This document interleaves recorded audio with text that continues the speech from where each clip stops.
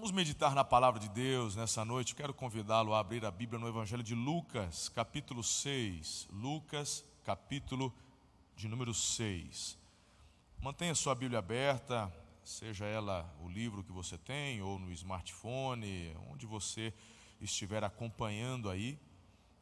Fique com o texto aberto. Se com a caneta em mãos ou o teu bloquinho de notas aí para digitar, não importa, o importante é que você esteja atento, conectado e anotando os apontamentos que vai recebendo aí da parte do Espírito de Deus. Lucas capítulo 6, vamos começar lendo a partir do verso 37. Bem, vamos continuar falando um pouquinho sobre a nossa visão de equipar os santos, equipar a igreja, preparar o líder para os desafios que você tem, não apenas ministerialmente, não apenas falando de célula, mas falando da sua vida.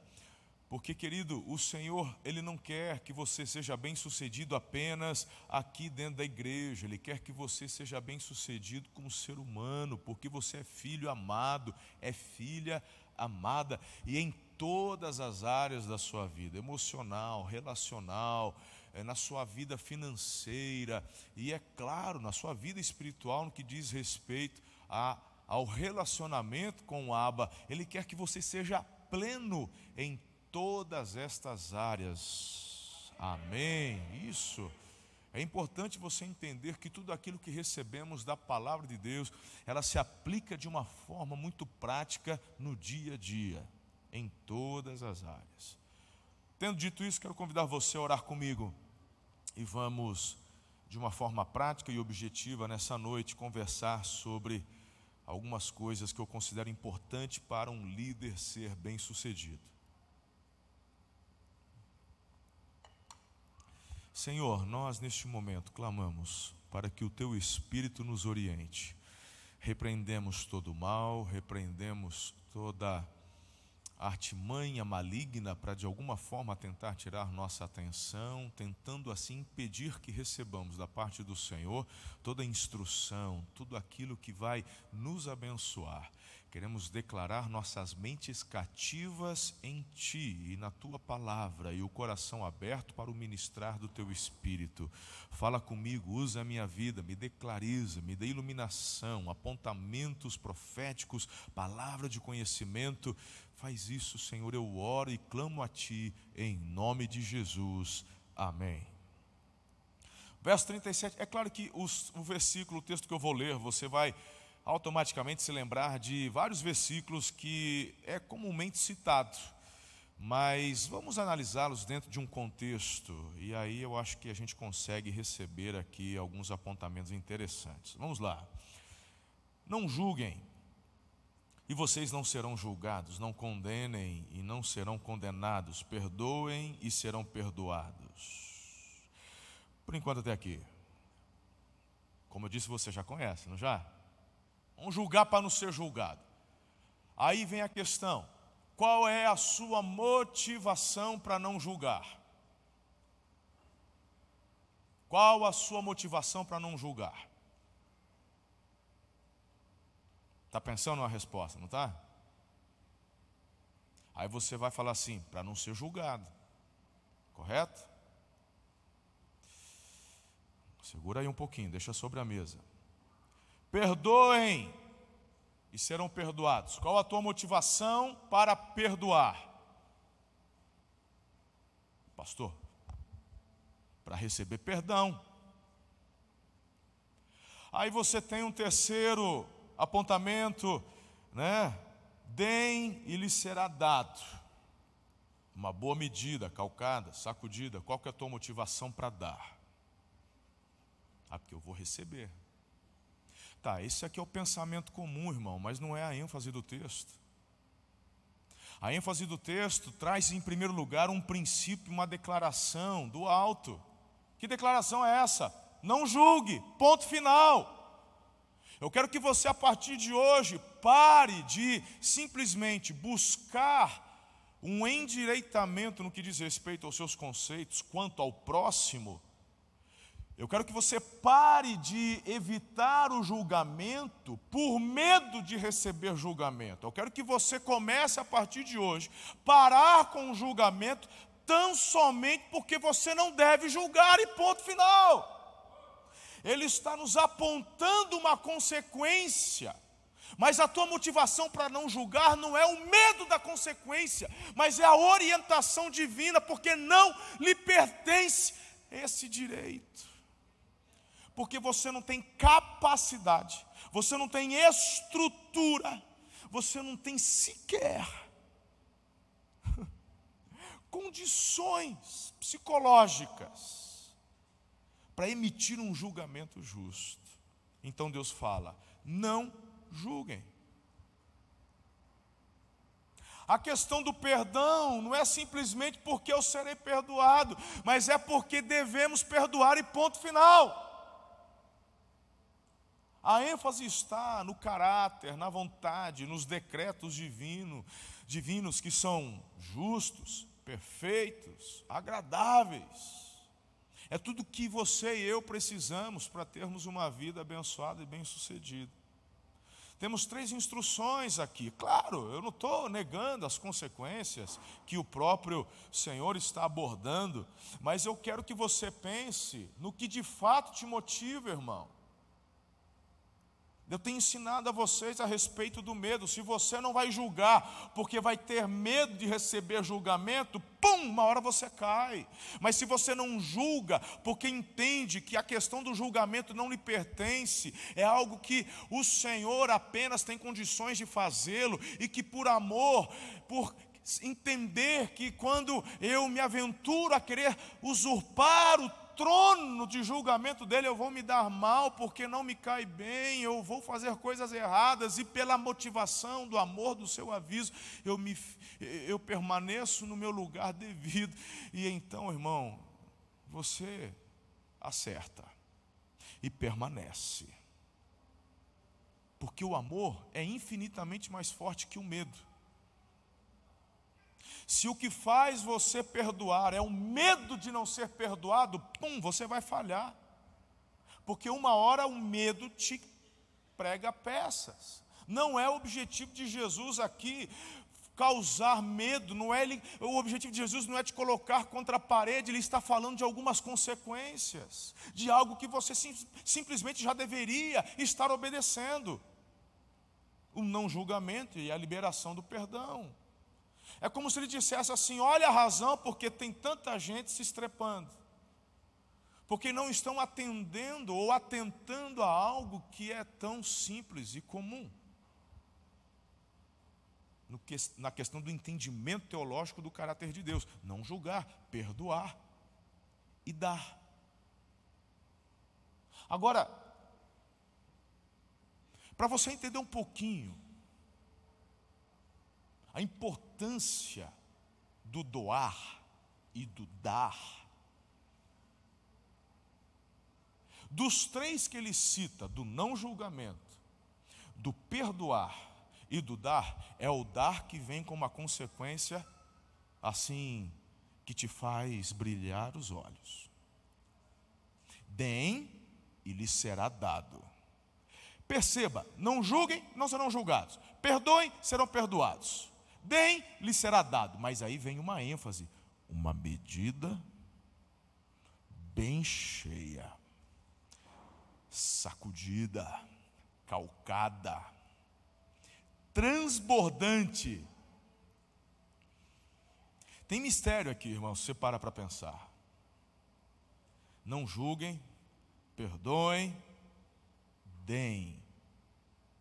Mas na hora do dar, ele não coloca um dispositivo de medo. Ele não está falando da consequência. Ele está falando do favor que você recebe. Está fazendo sentido? Você está conseguindo entender onde eu quero chegar ou não? Para de olhar para o medo e enxergue os preceitos, enxergue os ensinamentos, enxergue o que Deus nos traz como direcionamento, como princípios de amor. Princípios de amor. Agora, dificilmente trazemos no púlpito. Olha como a gente acaba invertendo o que Jesus ensina. Olha só onde eu quero chegar. Vê se faz sentido aí. Me acompanha aí. Vê se eu estou viajando na maionese ou se de fato tem alguma coisa da parte do Espírito de Deus aqui nesse negócio. Olha como muitas vezes nós acabamos invertendo. Não damos muita ênfase na questão do julgamento. Faz parte da vida, a gente julga mesmo. Na verdade, é até difícil a gente falar, porque quando a gente menos percebe, o próprio pregador está julgando os outros, falando lá fora. Então, é um assunto que não se fala muito dentro da igreja. Questão do perdão, todo mundo sabe que tem que perdoar, mas ninguém dá ênfase nessa questão do não será perdoado. Só perdoa, perdoa. Mas no que diz respeito à questão do doar, aí o povo põe medo do púlpito. Se você não der, Deus te castiga, te amaldiçoa. Olha como a gente acaba invertendo. E aí? Viajei agora ou não? Ou faz sentido? Encaixou, Marcelo? Você é um teólogo.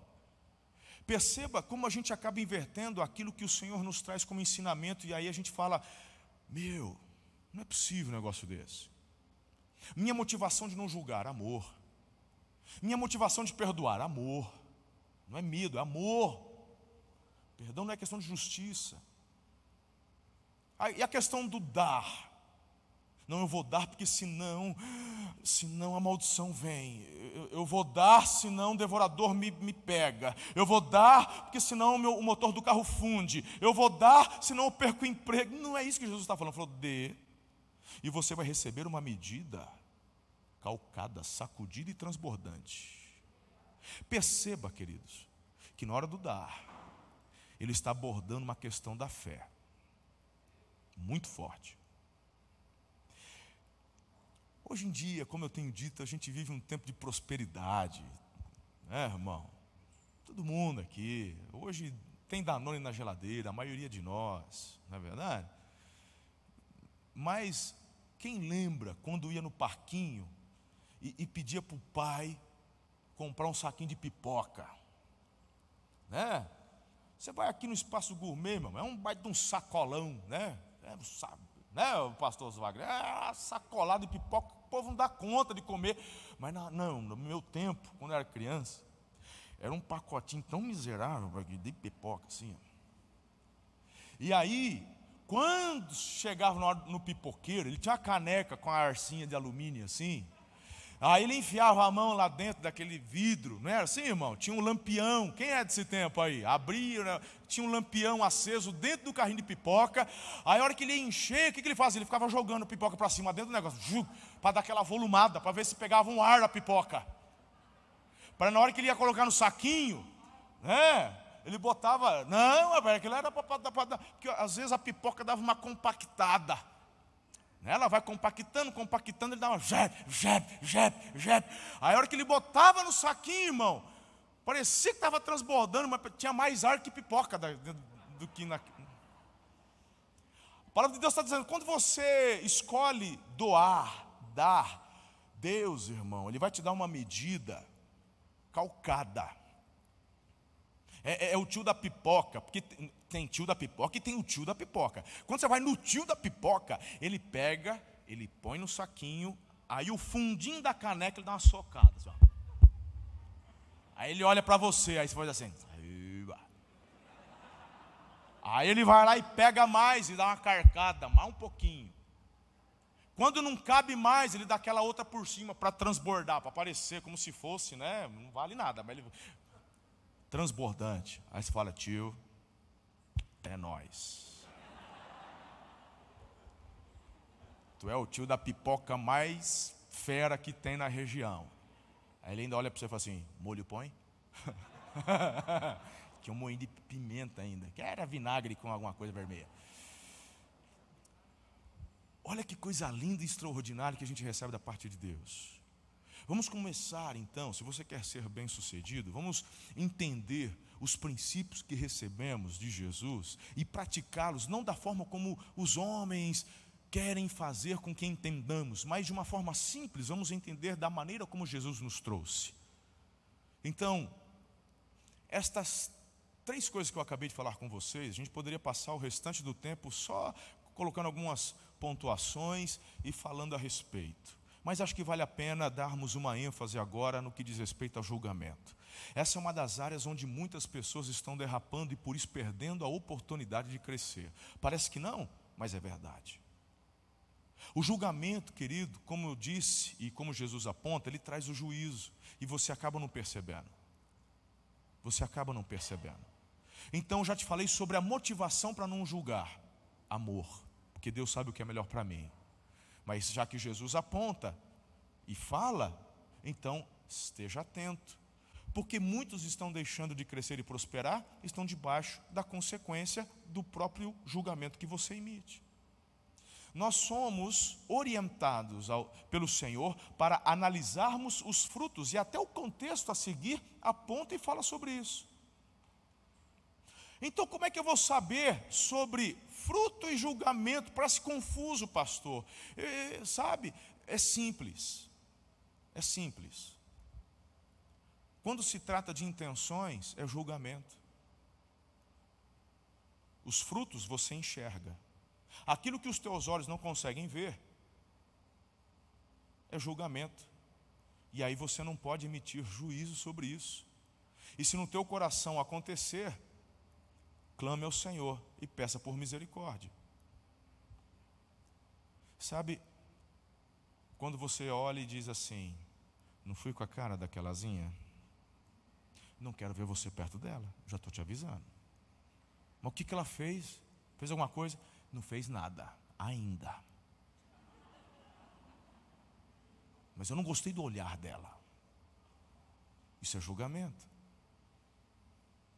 Muitas vezes não prestamos atenção de que somos condicionados por N experiências do passado. E estas experiências do passado vão, sem você perceber, ocupando lugares no nosso HD aqui, ó. E às vezes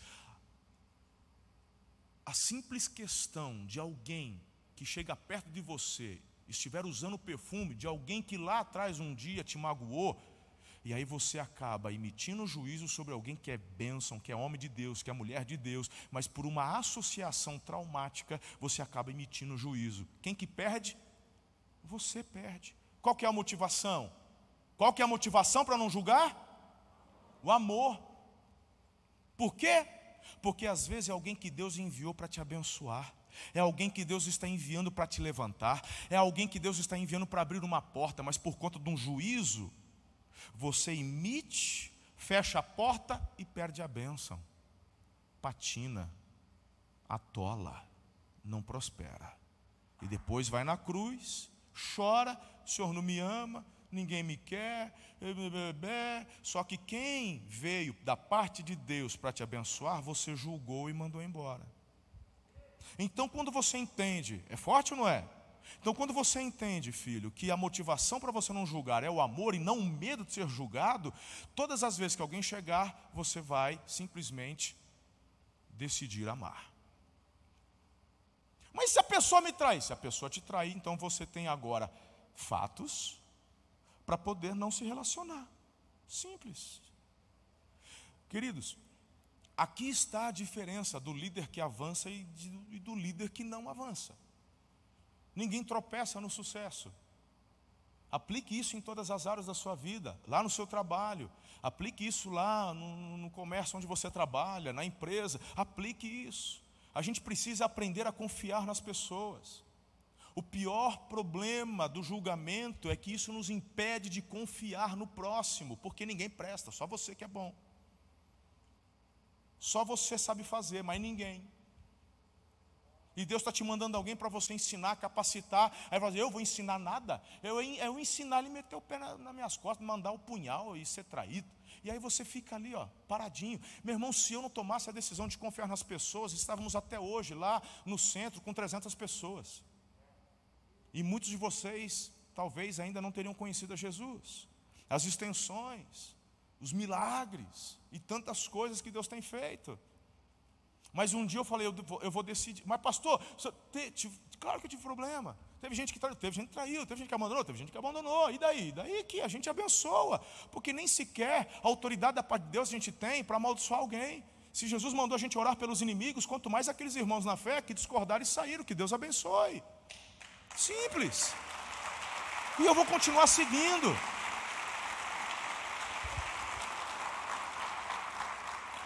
Podemos ter discordâncias de opinião. Podemos pensar diferente. De repente, pode haver aqui um desentendimento, alguém ficar chateado, ir embora. Tudo bem. Somos filhos do mesmo Pai. Uma hora a gente vai se assentar à mesa de novo, senão aqui na terra, no céu, com certeza.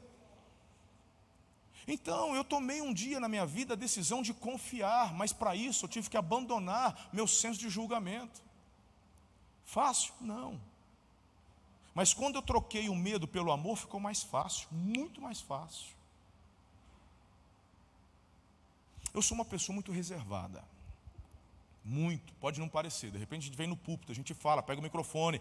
Poxa, né? Tem gente que às vezes se aproxima, às vezes nos bastidores, no corredor, quer chegar, quer conversar, e acha que eu sou, né? Porque eu uso o senso de humor aqui.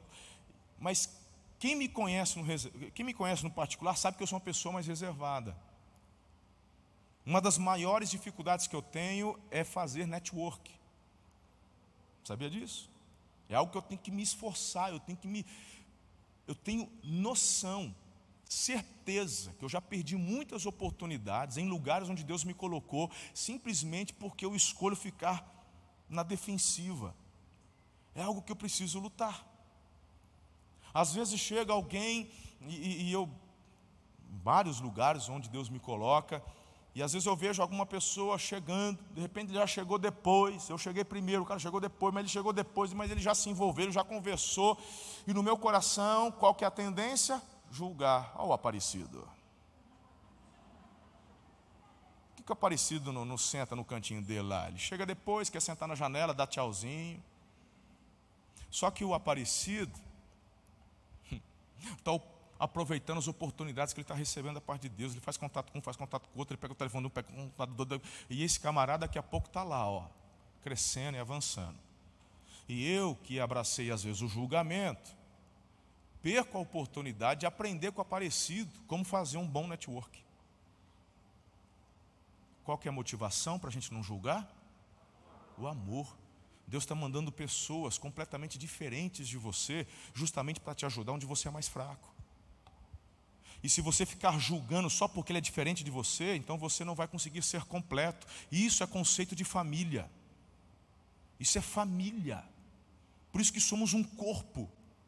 Ninguém é perfeito e bom em tudo. Ninguém tem todos os dons. Eu sou ungidão, oro em 10 línguas. Eu oro a língua do arcanjo Miguel, do Rafael. Tem uns caras que é forte, irmão. Tem. O cara se acha. Não é verdade? Não. Ninguém tem todos os dons. Deus está mandando pessoas, você está inserido num corpo imperfeito, porque tem muita gente aqui que vai te auxiliar naquilo que você não é tão bom. Então pare de julgar. Se alguém mentir, enganar, aí você tem como analisar os frutos. Aí você fala, para mim não serve. Isso não é julgamento, é análise daquilo que você está vendo. Mas você só tem condições depois de comer pelo menos uns 200, 300 gramas de sal junto. E não pode ser de uma vez, senão você morre, né? Sabe que está dividido em, no máximo, 5 gramas por dia. Então isso significa que leva um tempo até vocês se conhecerem. Quantos bons funcionários você já perdeu? Porque você julgou errado. Quantos bons empregos você perdeu? Porque não perdoou. Porque você se achava, injustiçado demais para pedir perdão, mesmo que o pedido acontecesse. E aí você perde a bênção. Não por um senso de justiça, mas por medo. Se você está pautado no amor, você libera o perdão. Porque na liberação do perdão, irmão, não é que você não vai ser perdoado, não é essa a ênfase. É que quando você libera o perdão, você tem uma porta aberta de bênção.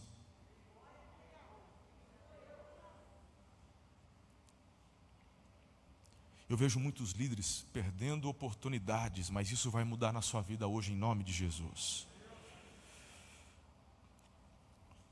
Deem e lhes será dado uma boa medida, calcada, sacudida, transbordante será dada a vocês, pois a medida que usarem também será usada para medir vocês. Eu poderia passar aqui o restante do tempo, que é só um pouquinho, falando da bênção do dar.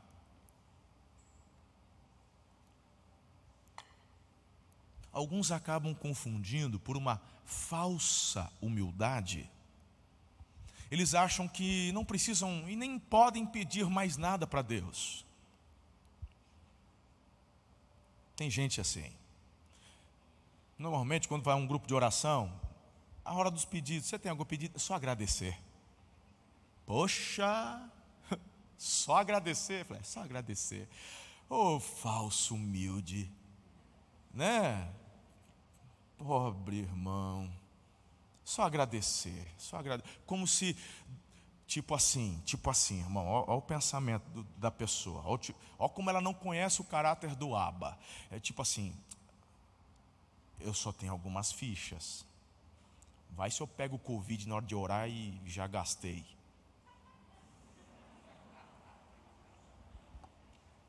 Então, não vou pedir agora não, até passar a pandemia eu não vou pedir não. Para na hora que, se eu por acaso pegar, isola, que não, como não conhece o caráter de Deus, já está cheio de crendice, né?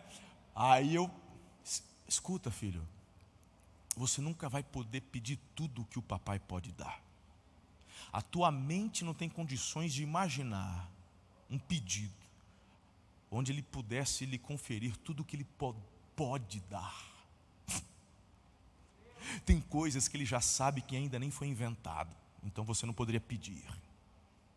Você nunca vai conseguir pedir demais para Deus. Então por que eu peço e não recebo? É porque você ainda não está maduro para receber, e se receber, vai perder.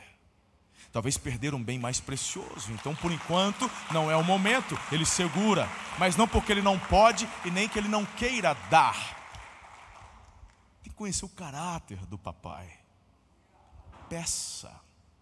Mas eu já tenho tanto. Peça mais. Peça mais. Mas por quê? Isso é ganância. Que ganância, irmão? Tem nada a ver com ganância. Tem a ver com expansão do reino. Tem a ver com ocupação dos 7 montes. Tem a ver com influência do reino. Quando você fica estagnado, é porque já está bom. Meu irmão, te ensinaram uma teologia muito errada. Te ensinar uma teologia de monges andando com roupa de saco de estopa, fazendo voto de pobreza. Meu irmão, pelo amor de Deus, isso é infernal. A Bíblia fala que você não deve amar o dinheiro, que você não deve ser escravo do dinheiro, mas que você precisa almejar, desejar e caminhar na direção da prosperidade. Do contrário, ele não teria dito isso para o povo dele, o povo de Israel. Na primeira aliança, te colocarei como cabeça e não como cauda. Deus nunca teve o objetivo de ter um povinho esquisito, guardadinho num canto. Para com isso, irmão. Conversa tola é essa? Ah, mas o mundo jaz no maligno. O mundo está morrendo no maligno porque quem tem a vida está enclausurado num cantinho, vivendo uma vidinha esquisita e não está influenciando o mundo lá fora. Que a partir do momento que a igreja começar a viver a vida que tem que viver, o mundo não vai morrer no maligno, mas vai viver em Cristo, aleluia. E aí você consegue e começa a entender o sentido do dar. E aí quando você pede, você está pedindo, não porque você quer reter, você está pedindo porque você está obedecendo a um princípio fundamentado no amor, onde você recebe para dar. É muito doido isso. Estou chapado. Cara, quando você começar a entender esses princípios, coisas vão começar a startar na sua vida de uma forma que você vai ficar assustado. É assustador. Mas a mentalidade precisa mudar. O conceito precisa mudar. Não o conceito bíblico, mas da interpretação errônea que um dia nos ensinaram. Fala para mim, se o que eu estou dizendo é antibíblico aqui, irmão. Ou se o que eu estou falando está totalmente pautado em princípios do caráter de Deus.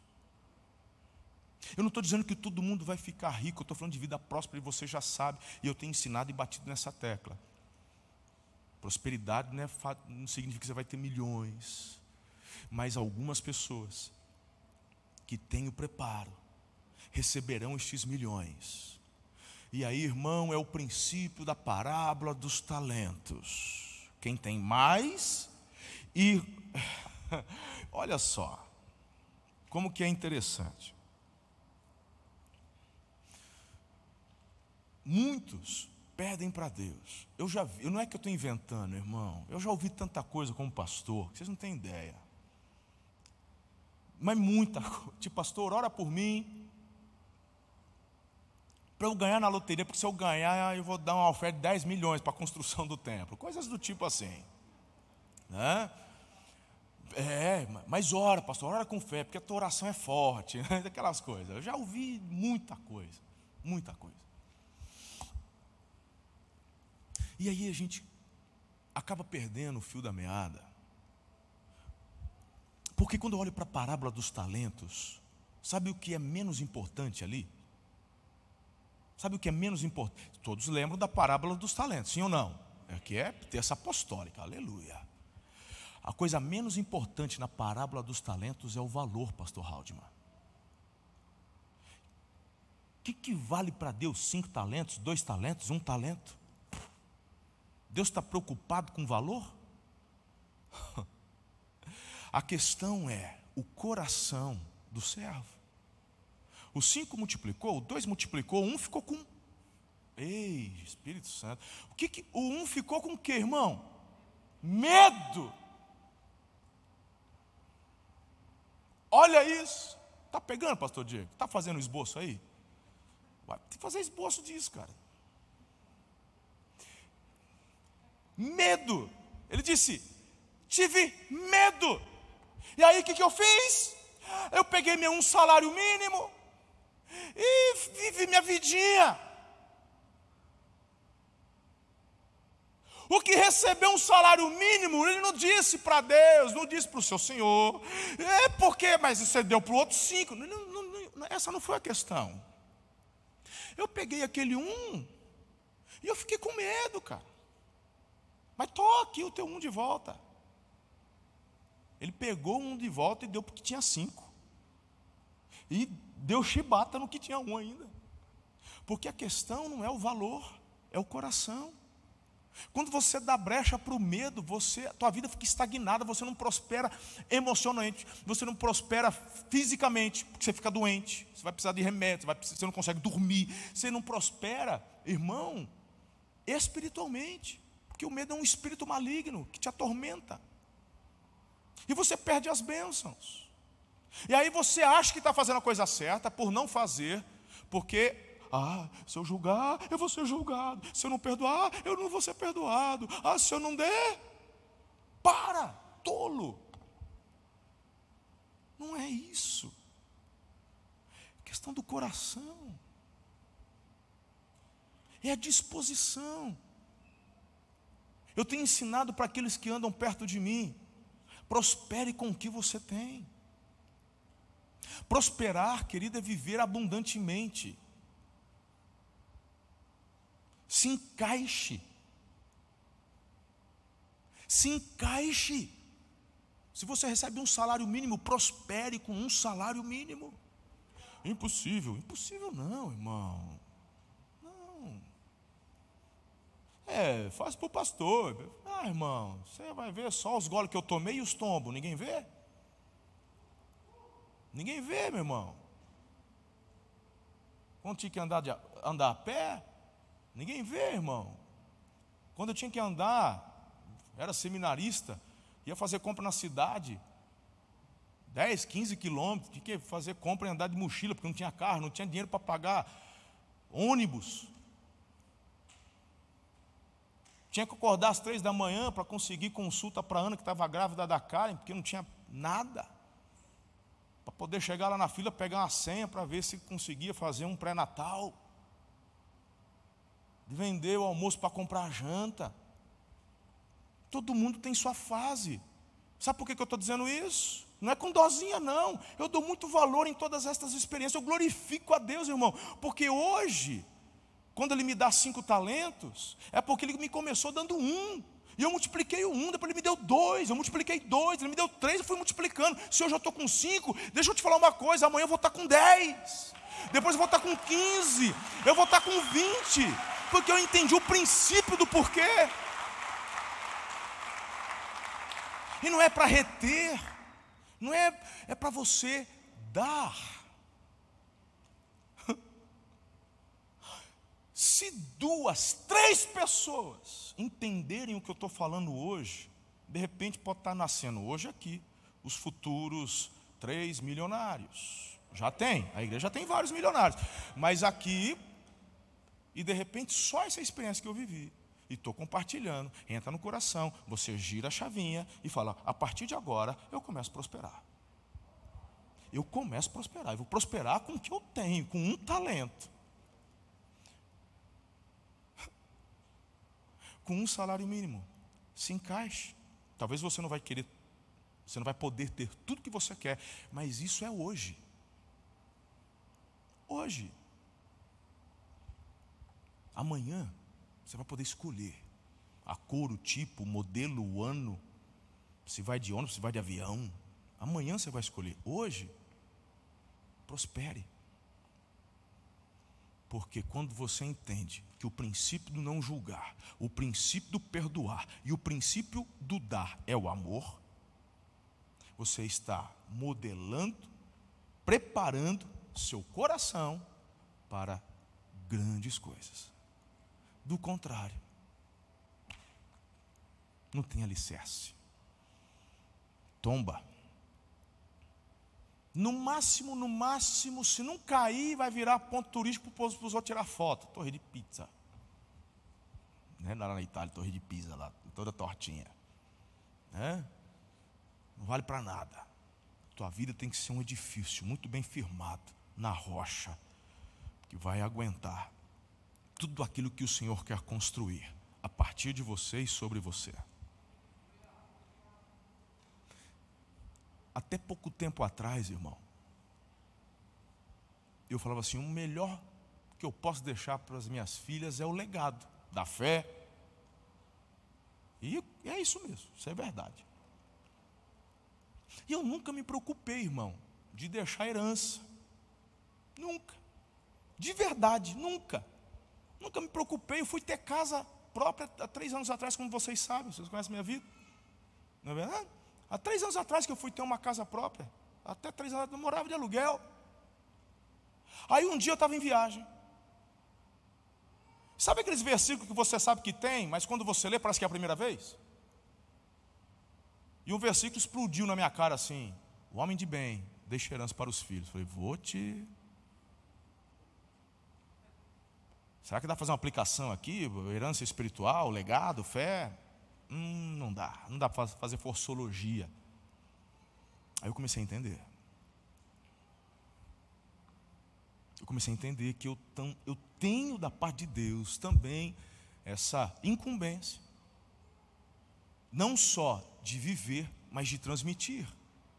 E se vocês procurarem analisar um pouco a minha vida, vocês percebem que desses 3 anos para cá, isso que no meio da pandemia, mesmo assim, constantemente eu tenho citado sobre essa questão da vida próspera.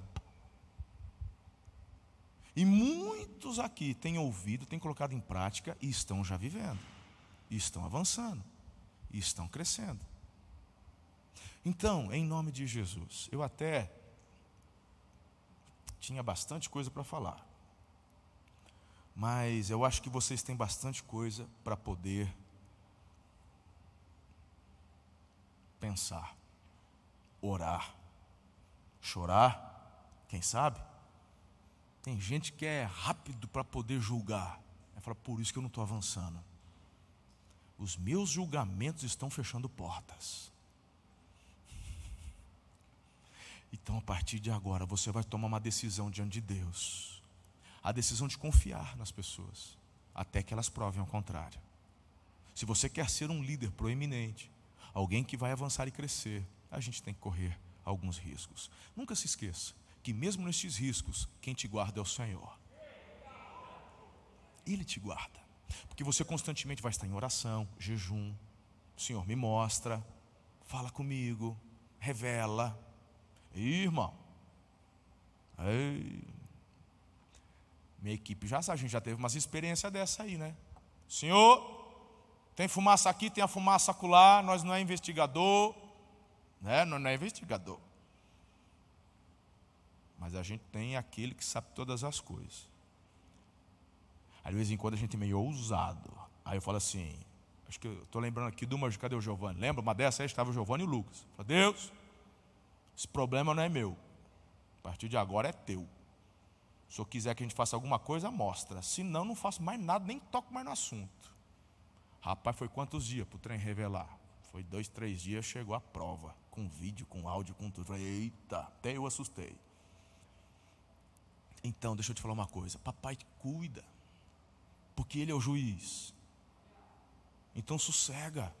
Para de querer ficar dando uma de julgador. Para com isso. Para a gente encerrar, deixa eu só ler então, já que não vai dar tempo de pregar em cima. Olha só, Jesus no verso 39, ó gente, um cego pode guiar outro cego? Os dois vão cair no buraco. O discípulo não está acima do seu mestre, mas todo aquele que for bem preparado será como seu mestre. Legal, né? Aí o 41. Olha só como que... Aí você fala assim, mas o senhor está dando muita ênfase no negócio de julgamento. Não é eu, não sou eu. Olha o texto, está aqui, ó. Como é que você pode dizer ao seu irmão, deixa eu tirar o cisco do teu olho, se você mesmo não consegue ver a viga que está no seu próprio olho? Olha, hipócrita. Tire primeiro a viga do seu olho. E então, aí você vai ver claramente. Aí o cisco lá no irmãozinho. Irmão, o que Jesus está falando? Veja que está tudo dentro do mesmo uma coisa só, não são versículos isolados não. Show de bola? Ok? Então, não julguem, perdoem. E aí Jesus, deixa eu falar mais um pouquinho disso daqui. Você já viu a trave que está no teu olho? Você não presta atenção. O que Jesus está dizendo não é para você correr no banheiro, arrancar a trave para ir lá mexer no cisco. É que quando você começar a olhar para a trave, você vai ver que não tem tempo de correr atrás de cisco de ninguém, irmão.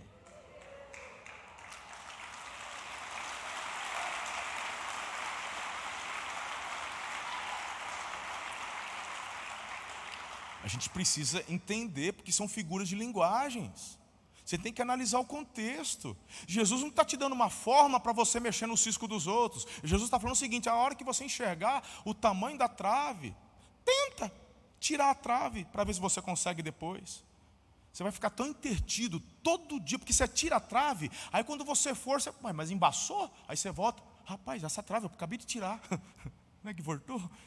E aí você vai entender que você tem que estar concentrado na sua vida relacional com Deus. E quando vierem pedir a sua ajuda, você vai poder compartilhar daquilo que tem recebido. Falar, eu tenho uma trave, e essa trave ela embaça. Quando ela embaça muito, eu faço isso, eu jejuo, eu oro, eu vou procurar o pastor Fabrício para aconselhamento, eu vou nos 30 semanas, e aí vai saindo a trave. Olha, teu cisco perto da minha trave, não é nada até, então bora que você vai conseguir também. Faz sentido assim ou não? Faz, não faz? Já pensou uma comunidade onde todo mundo está preocupado em viver uma vida de santidade, relacionamento íntimo com o Senhor? Meu Deus, que coisa extraordinária.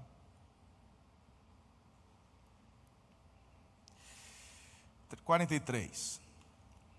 Porque está tudo falando da mesma coisa. E eu encerro. Nenhuma árvore boa dá fruto ruim. Nenhuma árvore ruim dá fruto bom. Toda árvore é reconhecida por seus... E aí, caímos onde eu disse na introdução. Nós não julgamos, analisamos frutos. Simples assim. Qual uma das frases que eu costumeiramente repito para vocês com relação ao pecado? Você não é o seu? Você não é o seu? Porque você é árvore boa. Você dá fruto bom. Ah, mas eu menti. Mas você... Não, pera lá, deixa eu te falar uma coisa. A sua vida é uma mentira. Porque se você está imerso no pecado, se tudo que você faz é só anarquia, então vamos lá. Então tu é uma árvore ruim, tem que se converter.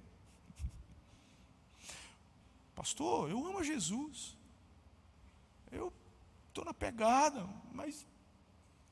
Então, esse mais, irmão, é o cisco.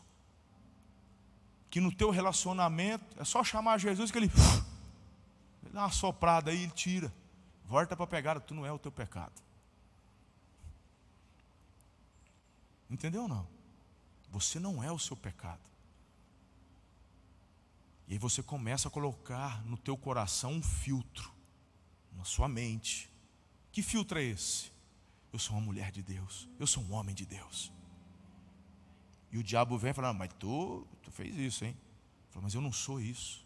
Eu fui lavado, remido, justificado, perdoado, eu me arrependi, me quebrantei, o Senhor é comigo. Eu sou um homem de Deus, eu sou uma mulher de Deus. Eu sou um filho amado, uma filha amada. Ah, você é mentiroso, você mente para o teu pai. Eu falei, eu menti, mas eu fui lá, eu confessei, eu pedi perdão. Eu não sou aquela vida falsa. O Senhor me perdoou, eu sou um homem de Deus. E você vai colocando esse filtro. Eu sou um homem de Deus, eu sou uma mulher de Deus. Você não é uma árvore ruim.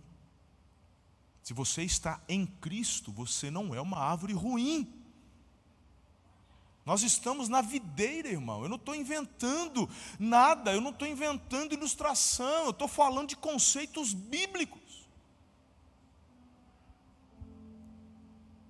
Estamos inseridos na videira. Jesus é a videira. Então você, diga assim, eu dou fruto bom. Estou inserido na videira que é Jesus. Aleluia. Então o verso 44, toda árvore é reconhecida por seus frutos. Ninguém colhe figos de espinheiros, nem uvas de ervas daninhas. O homem bom tira coisas boas do bom tesouro que está em seu coração.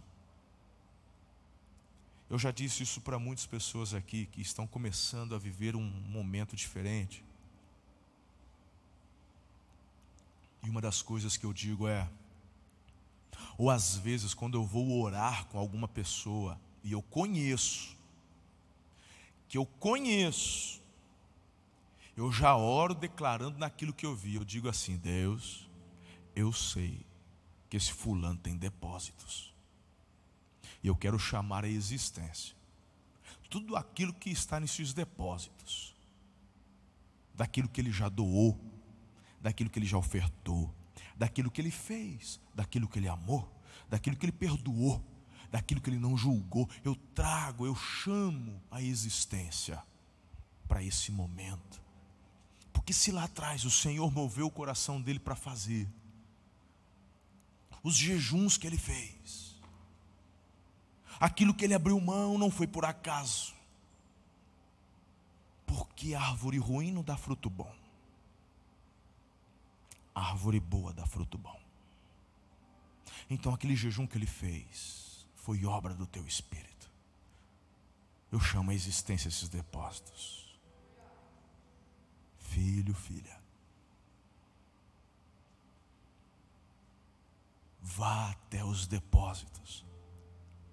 De lá você vai tirar coisas boas, coisas que Deus te deu. É nos momentos difíceis que você acessa os tesouros do teu coração. Quando você acha que não vai conseguir, quando o desafio é grande demais, quando você está perdendo a parada às vezes para você mesmo, quando você no âmbito da saúde está perdendo o jogo, tu não é árvore ruim não, tu é árvore boa. Chame a existência. Chame a existência. Há tesouros dentro de você. Nada, irmão.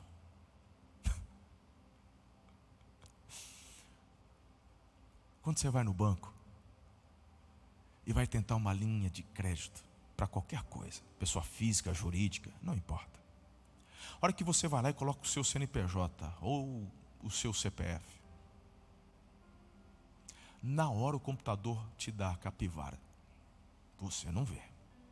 Mas o gerente que está na tua frente, ele é treinado para fazer uma cara de jogador de pôquer. Mas dentro ele está assim, misericórdia, nunca.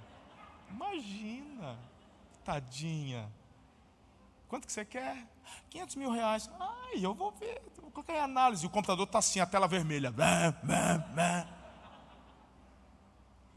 Porque até aquela conta que você não pagou quando tinha 15 anos, está registrado lá. Está tudo lá. Se hoje na Terra temos dispositivos que mostram a tua vida toda, tudo que você fez, tudo aquilo, você acha mesmo que aquilo que você fez para o Abba, ele esqueceu? Chame à existência os tesouros do coração, os depósitos que você fez, que você tem. Nada em vão, nada. O texto termina dizendo que o homem mau tira coisas más do coração, porque a boca fala.